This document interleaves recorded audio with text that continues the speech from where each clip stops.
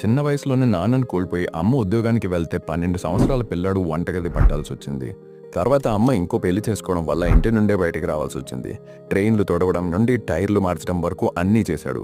అయితే పని నచ్చక తీసేసేవారు కొందరైతే పని లేక తీసేసేవారు కొందరు. ఇన్ని కష్టాల్లో కూడా పెళ్లి చేసుకున్నాక కొడుకు చనిపోయాడు. ఇంటికి వెళ్ళి వస్తానన్న భార్య ఉత్తర్వు రూపంలో వచ్చింది. నీతో జీవితం కష్టం అని చెప్పింది. వయసు చూస్తే 40 దాటేసింది. ఏం సాధించిన జీవితంలో అంటే ఏమీ లేదు.